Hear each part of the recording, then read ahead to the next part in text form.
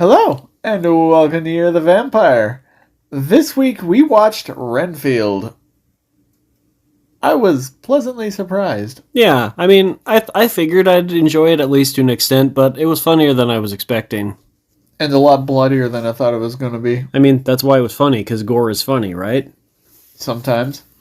Kind of gave me almost, like not Evil Dead. Evil Dead's good too, but more like Dead Alive kind of vibes.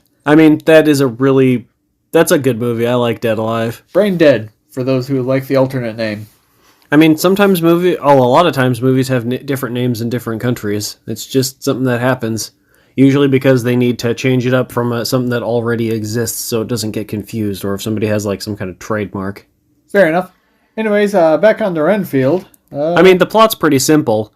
It's just Renfield, the character from the Dracula novel, and he's just trying to better himself and escape his toxic relationship by being Dracula's servant. Oh, and there's also some kind of like shitty cop drama too that you've probably seen in a million other movies. So that's significantly less engaging. Yeah, Aquafina, she her dad was murdered by mobs. He was it was just the one. Or something. It was just the one mob, actually. I don't think he was the police chief. I think he was just a cop. Okay, he was like one of the few not crooked cops, though. We didn't get to see a single flashback with him, though. I'm pretty disappointed. I didn't even notice. Yeah, they didn't. They just showed the picture of him on the wall, and just the one time too, I think. Mm-hmm.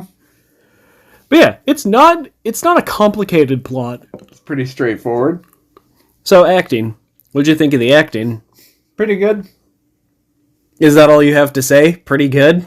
Yeah, I'd say it's kind of like middle of the road. I guess a lot of characters weren't really important. Hell, most of the characters were just nameless background characters who ended up getting killed. And sometimes ripped into pieces. I at least thought Renfield and Dracula were well cast. Yeah, they were pretty fun. Oh my god, I'm blanking on the actor's name who played Renfield. God damn it, but he's the same guy who played the main dude in the Nosferatu remake, the first video we did on this series. Oh yeah. Wait, did he play the same guy? No, he wasn't. No. Wait, no, Nosferatu. Talk about Nicolas Cage and Aquafina for a second. Okay, Nicolas Cage is Dracula. That should be pretty obvious from the picture. Hey, I liked him as Dracula. He was actually kind of creepy. Nicholas Hoult. Two Nicholases. What? Okay, what was... oh, you're right. God damn it. Rebecca Quincy is Aquafina's name in the movie. Rebecca. Look, a lot of people complained about her, and I think that's why the movie has, I think it's at a 58% on Rotten Tomatoes. It it didn't get great scores. It doesn't deserve to be that People low. didn't like Aquafina in the movie. I don't have an issue with Aquafina acting in movies. I don't think she's bad at it. But I did think her whole story arc was pretty boring and kind of pointless. I think the movie would have benefited if we didn't spend so much time on oh man, I'm the only good cop in a police station of crooked cops. Because again, we've seen it a million times. We don't need to see it in our vampire horror comedy. They have done that a lot. Hell, even one of the more recent Saw offshoots kind of did that too. The soft shoots? Damn. Oh, okay, sorry. It's the critics that gave it 58%. Audience score on Rotten Tomatoes is 78%, which is more believable. Look, if you're smart, don't care what the critics think about. Always follow the crowd. That's not their... So are you... No. Oh, you heard Noel. If you're smart, always follow the crowd. All right, so soundtrack. What'd you think of the soundtrack? I actually was pretty happy that this was a modern movie because that means the soundtrack was actually pretty varied. Yeah, it was kind of all over the place. I love the music they had at the club. That was definitely something that someone somewhere could consider music. Not saying, me, but someone. There was some pummeling bass. And it worked perfect with the I'm sorry, scene. Did people actually call bass pummeling? Only if it works right. Did it work right when you said it? Yes.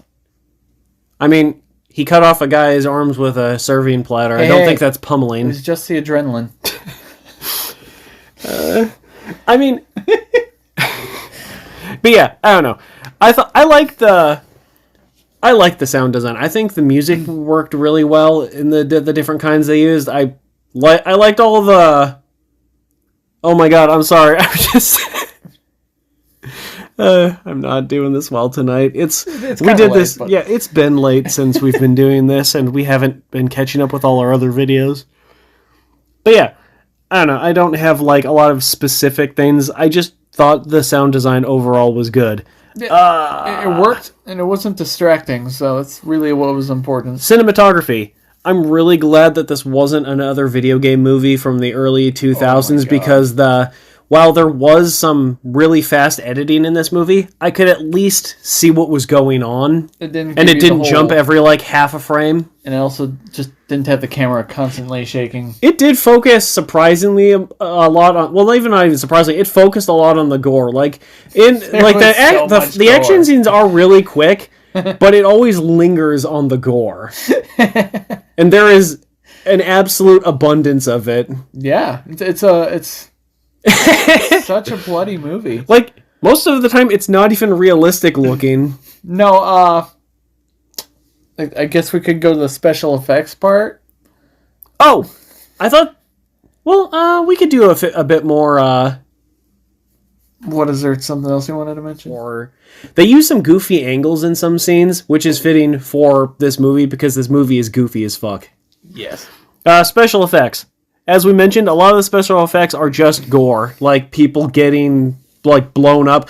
Oh, he went inside that freaking like priest or pope or something and made him explode. Yes. That was the first scene in the movie. A dude just freaking explodes. That was actually very good beginning. Like, people get shot or torn apart every other scene. Guy gets a pen stabbed through his neck and then his head punched through a window. Like, the blood is probably, weirdly, the most CG thing you could see that stuck out, but there was so damn much of it, and it just happened so... I don't know.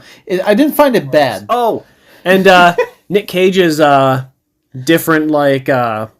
makeup styles for him, like after he got burned and he started healing, that was really good. Yeah, his first exposure to the sun where he almost like burned to a crisp, that was... Oh, and he was a puppet. Probably the first coolest looking. He damn near looked like it, but yeah. So it's not distracting by any stretch, it's just, it kind of holds a comedic sense. It was still kind of gross though, too. Like, there was so much of it. Yeah, like you said, it wasn't a distracting amount. Like, there was you'd think it would be a distracting amount in any other kind of movie, but I don't know. It was fitting for this. Overall, I really did like it. I thought the cop storyline could have been toned down a little bit. I feel like that was a little too preachy and just kind of used up in terms of story, but everything else I thought it was good, and I say this deserves a watch. It's a bloody good time.